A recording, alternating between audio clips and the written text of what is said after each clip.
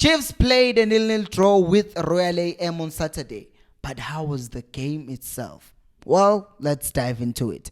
Hello and welcome to Kosi Nation Fan TV. I am Pelo, I am your host, and this is where fans meet and talk about Kaizer Chiefs. Kosi Football Club. First things first, the setup. We played a 4-3-3. Yes, not a 4-2-3-1, but a 4-3-3. This time around, Matt was a single pivot, which basically means he was playing alone as a 6.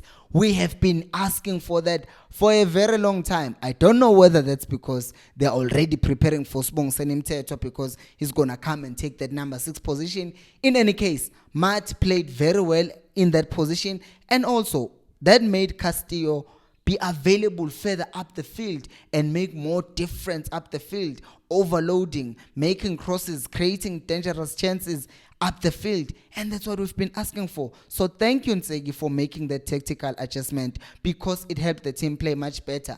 I know we didn't win the game, but I will say this, we played much better and I saw improvement. And part of it, most of it, is because of how we set up in midfield.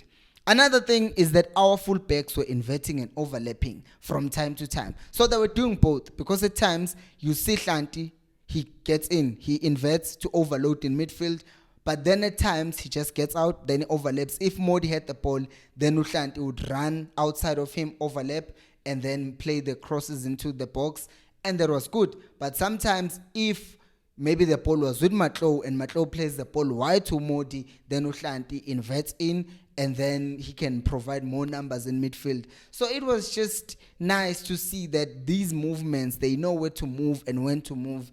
That's improvement, guys. I will not hate on Ntseki even if he does things that are good. So the same thing with Ukwinika on the right, which we'll talk about him in a minute as well. Inverting, getting into midfield, because what do we want to do in football?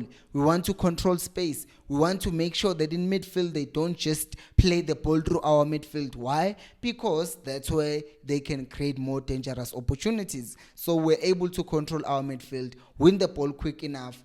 If you check how many turnovers, go check the match day vlog that I recorded. You will realize that we're winning the ball a lot in midfield, and that comes down to the fact that we're overloading our midfield. Matlo came in, and I will say this. I said in the video last week that Matlo hasn't convinced me. Even at on the day, he did not really shine more than anyone else, but he had a really good game. He had a good game, and the thing that he has that I feel like some of the players that we have lack is confidence. Matlo, when he's on the ball, he just believes that you're not going to take the ball from him, and because of that just adds to his game, because when he has the ball, he keeps it, looks for options, or he takes a player on and then dribbles past them and then he can pass the ball. So that is very good, especially given what we're going to talk about later on. And another thing is obviously when it comes to personnel, I will say this, Frosler is a better player than Zita Kwinika. Kwinika is good defensively, but Frosler is just better because he goes forward, he also goes back. And the fact that at some point Kwinika was subbed for Frosler, that is the reason why he did that, because he knows that he can affect the game more than Ukwinik. So he took him out because there was no reason to take him out unless he was just trying to rest him.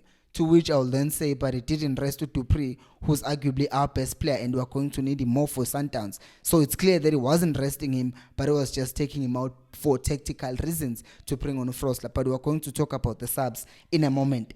Another thing is that with the personnel that we had, we also had Gonzalez up front. Also going to talk about him when we talk about subs.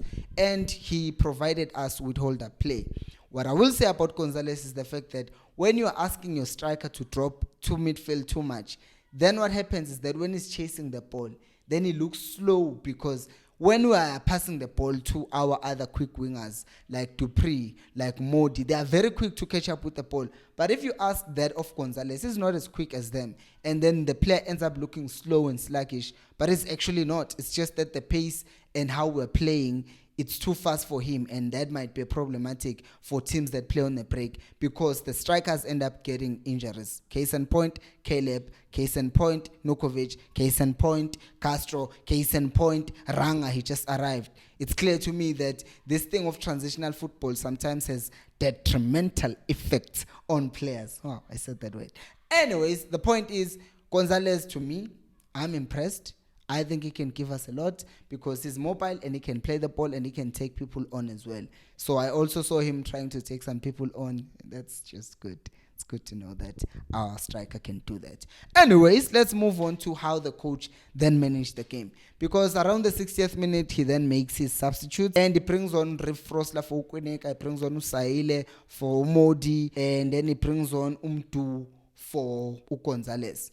Now, what happens immediately when you bring on Saile? That means now the coach has also learned that, apparently, because he could have learned that much earlier, is that you don't play Saile as a number 9.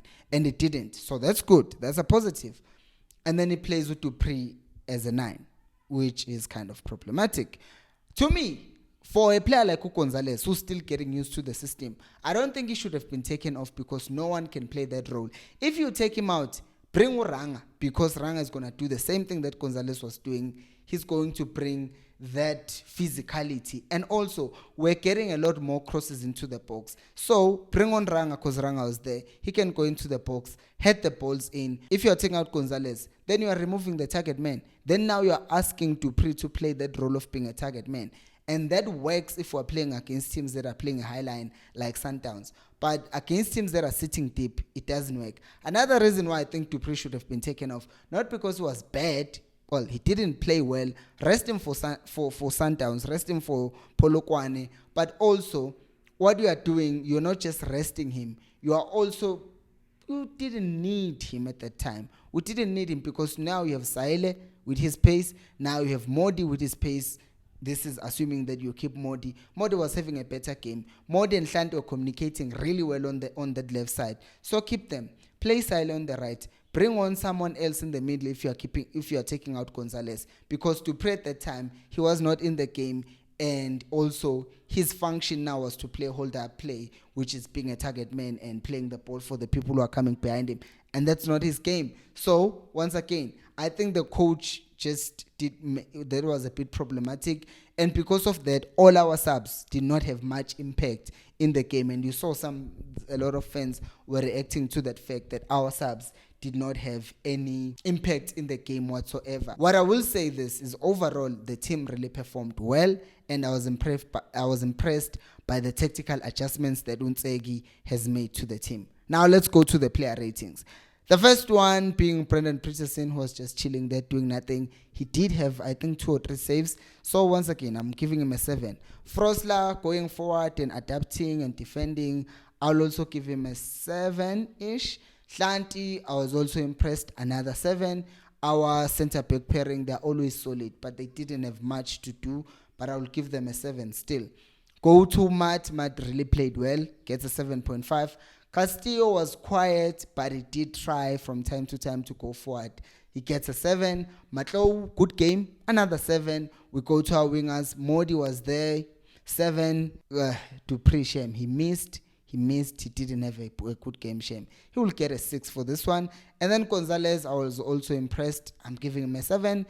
And our subs, shame. They did not have an impact whatsoever. So I'll just give them all a baseline rating of 6 because I don't think they were bad, but they just didn't give us anything that was impressive that you expect from the subs. And for Ntseki himself, it's probably going to be the highest rating I've given to him. He will also get a 7 because the team set up well and the team tried to keep the ball more and play. And I was just impressed by how the team performed. We missed our chances. We can be better, but there's improvement and it's clear. Give me your own player ratings and your opinions about the game down on the comment section below. Thank you so much for watching, and until next time, remember, equals Alpelumoya.